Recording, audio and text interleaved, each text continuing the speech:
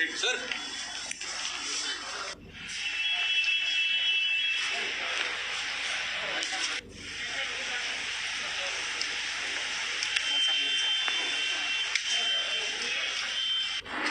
Jammu Kashmir police और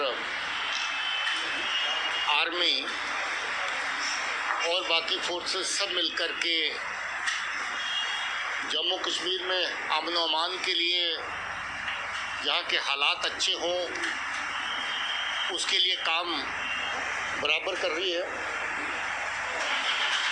मगर पाकिस्तान की तरफ से उनकी एजेंसीज हमेशा एक्टिव रहती हैं कि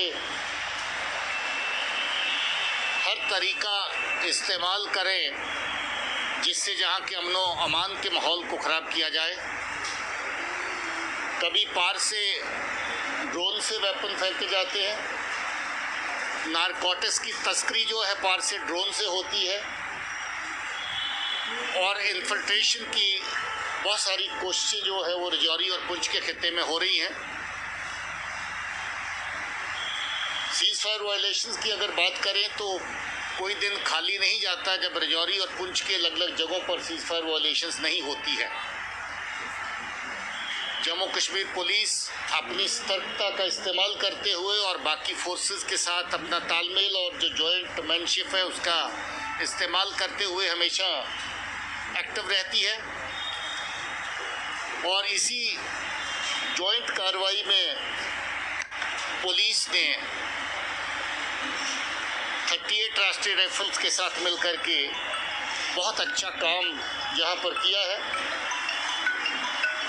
कल इन्होंने एक ऐसा ग्रुप पकड़ा है जो कश्मीर की तरफ से यहाँ पर पहुँचा था और वो ग्रुप जहाँ पर इस एरिया में सस्पिशियस हालत में जहाँ उसकी पुलिस को इत्तला मिली उसके बाद पूरा एरिया जो है उसमें ऑपरेशन लॉन्च किया गया।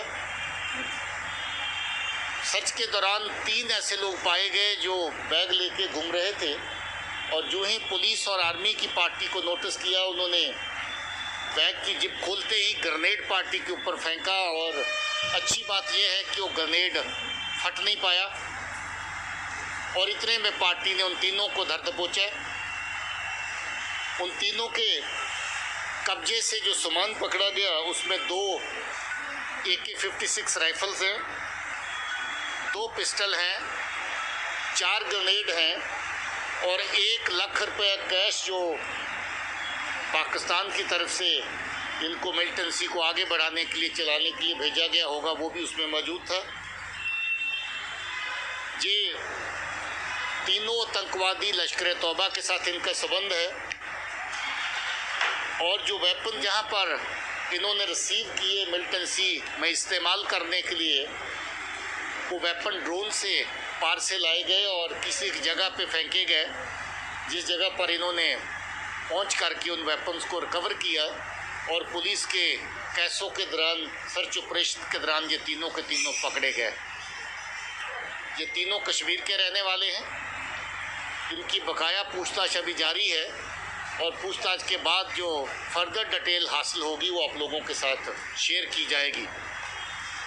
इसके साथ 2 बहुत अच्छे ऑपरेशन और जम्मू कश्मीर पुलिस ने अपने बाकी साथी फोर्सेस के साथ मिलकर किए हैं जिनके लिए मैं चाहूँगा कि उनका ब्यौरा ऑपरेशन जहाँ का बालाकोट हमारा बालाकोट उसमें क्या क्या इन्होंने रिकवर किया और बहुत बड़ी तस्करी की खेप जो पाकिस्तान से हीरोइन आई उसका जो जहाँ पर इन्होंने पकड़ा एक नेटवर्क उसके बारे में IG साहब आपके साथ डिटेल शेयर करेंगे।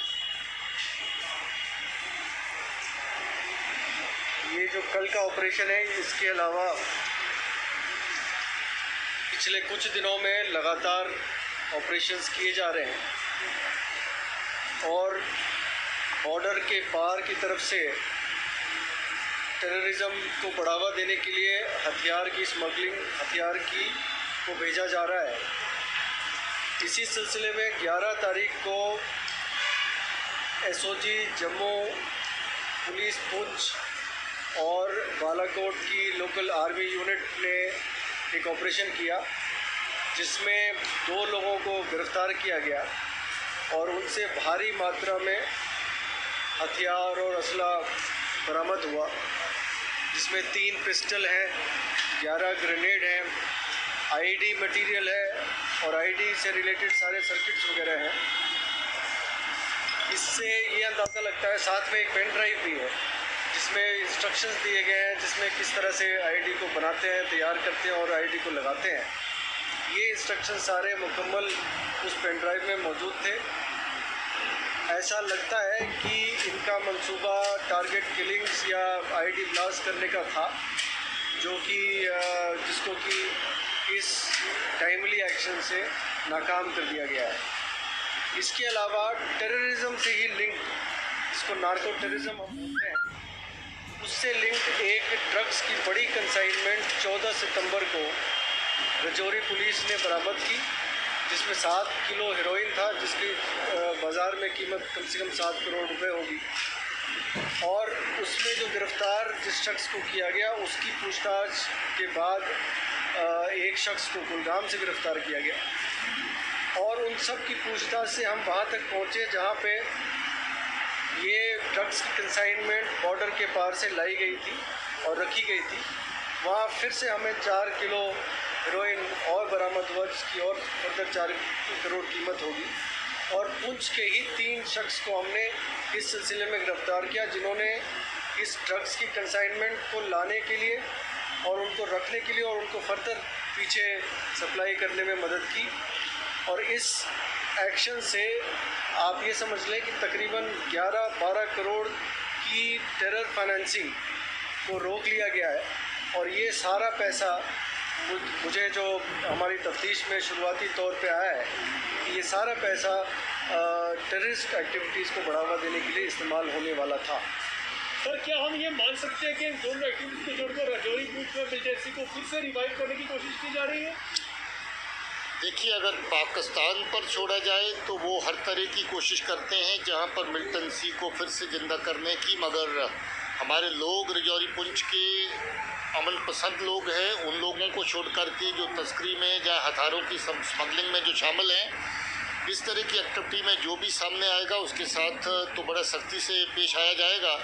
मगर ज़्यादातर लोग क्योंकि अमन पसंद है, मिलिटेंसी को जहाँ पर पैदा करना मुश्किल काम है उनके लिए, मगर हथियारों की तस्करी आगे लेकर के जाना, मिलिटेंट आउटफिट जो कश्मीर में काम करते हैं उनको पहुँचाना, उनकी फंडिंग करना नार्को टेररिज्म के जरिए से, उसके लिए कोशिश जरूर जारी है पाकिस्तान की तरफ से। घर में से जो किस तरह से जो किस तरह से वहाँ से आए, क्या रास्ते में इनको नहीं रोका गया और यहाँ पर घर में से? देखिए, बाकी की डिटेल जो है वो तफ्तीश का हिस्सा है। जैसा मैंने कहा है कि हर ऑपरेशन में लंबा काम करना पड़ता है और जो डिटेल शेयर होती हैं, बहरहाल इतनी डिटेल जो शेयर करी है काफ़ी है। इसके ऊपर काम काफ़ी दिनों से हुआ, मगर इतला को फिर डेवलप करना, फिर उनको ट्रैक करना, पीछे चलना, वो सब चीज़ें हैं।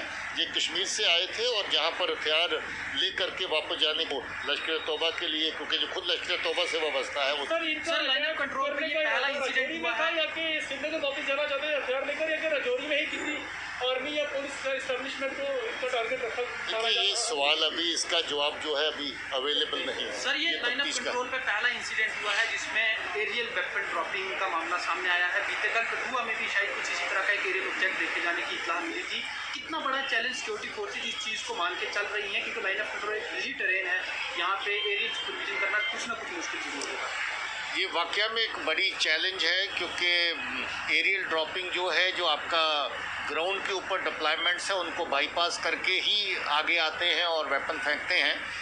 हम लोग काफ़ी हद तक इसमें कामयाब हुए हैं। जब इस तरह के अटैम्प्ट हुए हैं, एरियल वेपन ड्रॉपिंग का भी जो अटैम्प्ट हुए हैं, उनको काफ़ी हद तक हम लोग पकड़ भी चुके हैं।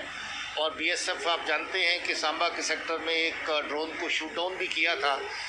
मगर ये चैलेंज अपने आप में है, इसके लिए हम काउंटर मेजर्स जो भी ज़रूरी है उनको we will try to put in place. Sir, पिछले कुछ साथ नहीं जोड़ा जा सकता है, वो एक अलग वाक़ा है, उसकी तफ्तीश जारी है। सर, एक इम्पॉर्टेंट क्वेश्चन सर, पिछले तकरीबन 2 महीनों के दौरान वैली में काफ़ी जगहों पर अमेरिकन वेपन रिकवर हुए। इसको कितना बड़ा चैलेंज आप एज सिक्योरिटी फोर्स हेड मान के चल रहे हैं काउंटर इंसर्जेंसी में? ये वेपन पहले भी अवेलेबल थे। MO4 अमेरिकन कार्बाइन, वो पहले भी जो जैश मोहम्मद के दर्ज करते हैं वो लेके आते थे, अभी भी रिकवर हुई है। अभी कोई MO16 एक और वेपन है मगर उसमें कुछ वेपन ऐसे भी हैं जो पाकिस्तान में ही बनते हैं, डुप्लीकेट वेपन है, मगर वो देखने को लगते हैं अमेरिकन वेपन की कॉपी है और अमेरिकन वेपन जैसे ही लगते हैं।